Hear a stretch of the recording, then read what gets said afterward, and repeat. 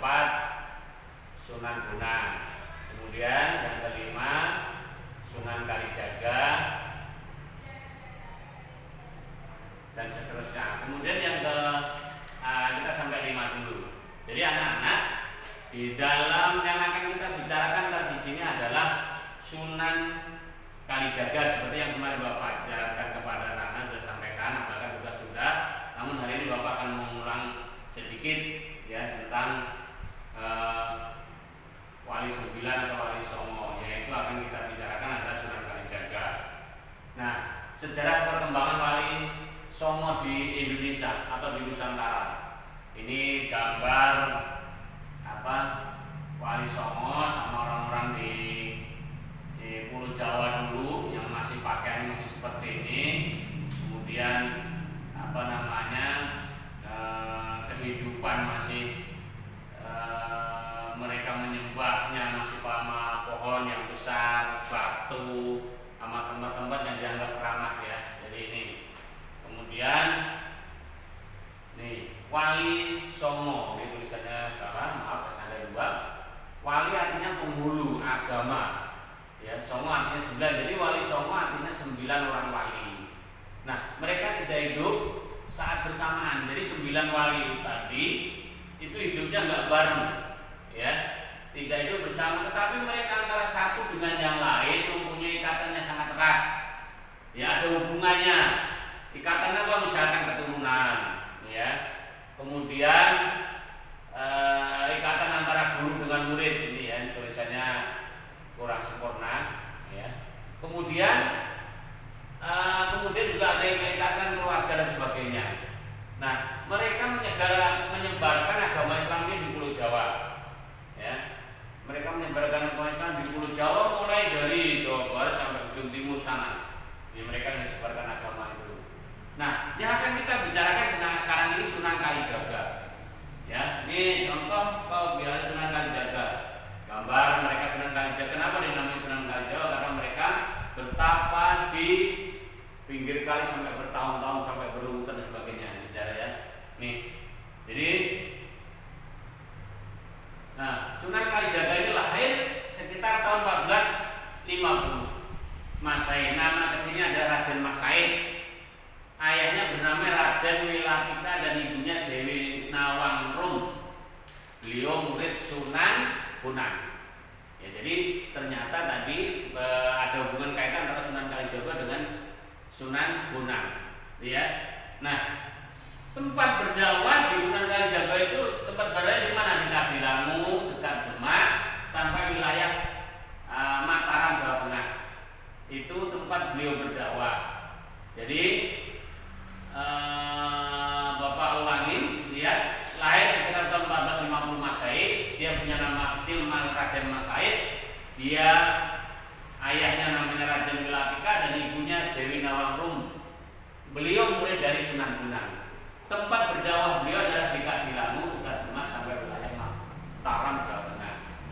Nah, metode yang digunakan dakwah oleh Sunan Kalijaga adalah mereka menggunakan kesenian penduduk setempat. Apa pada waktu itu di Jawa itu terkenal dengan kesenian wayang, seperti wayang kulit, gamelan, dan tembang suluk yang di dalamnya kemudian disisipi dengan ajaran Islam. Kalau kalian pernah dengar cerita, pernah melihat yang orang Jawa ada wayangan, tapi di sela-sela cerita di dalam wayang itu adalah ada ajaran Islam. Yang disisipkan ajaran Islam, karena kalau langsung tidak boleh, maka akan merusak orang-orang daripada orang-orang di Pulau Jawa dulu.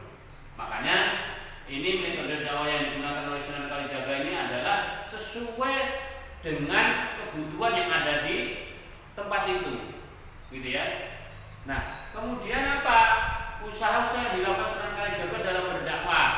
Satu, ya, mengarahkan cara berdakwah seperti sholat dan membayar zakat, karena pada waktu itu orang-orang di Pulau Jawa belum bisa sholat, bayar zakat apa manfaatnya belum tahu. Jadi mereka diajarkan cara beribadah seperti sholat dan membayar zakat. Dalam rangka membayar zakat ini adalah membantu orang-orang yang membutuhkan. Yang kedua, dia berdakwah keliling kampung, dari satu kampung ke kampung lain, bahkan dia sampai ke pelosok-pelosok yang belum dijangkau oleh orang-orang yang tertentu. Kemudian yang ketiga, Sunan Kalijaga ini berpenampilan seperti rakyat biasa, ya. Pakaiannya tidak menunjukkan kewaliannya, jadi mereka menyamar seperti orang biasa, pakaian orang di dulu setempat. Kemudian dia orangnya arif, suka menolong kepada siapa saja yang membutuhkan, yang Sunan Kalijaga itu mampu. Kemudian yang keempat, Sunan Kalijaga menciptakan tembang seperti Dandang Gula dan Lilir ini yang terkenal, ya.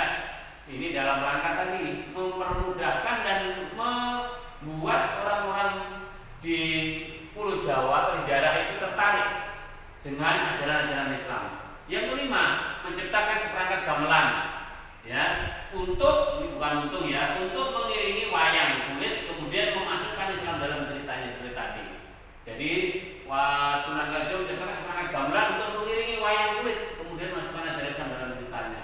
Yang keenam, memanfaatkan alat musik kentongan dan beduk untuk memanggil orang sholat.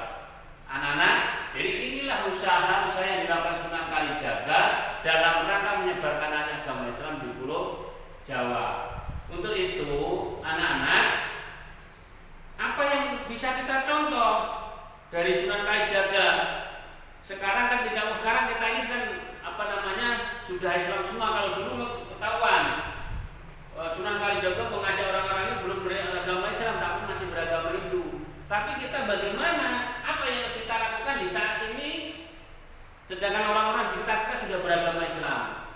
Apa yang kita lakukan? Yang pertama, kita mengajak adik kita, ya saudara kita, mungkin mengingatkan orang tua kita untuk melaksanakan sholat ya 5 waktu minimal. Kemudian mengingatkan ya diri kita sendiri, adik kita, keluarga kita, saudara kita. Kalau ada orang minta-minta, kita berinfak semampu kita. Dan yang jelas setahun sekali kita mengeluarkan zakat fitrah. Kemudian apa? Kita kalau dulu Sunan Kalijaga adalah berpilih dari kampung satu ke kampung lain karena memang mereka belum terjangkau atau belum tahu dengan ajaran Islam. Sekarang ini kan kita sudah tahu ajaran Islam, maka kita perlu mengingatkan ke teman kita, ya.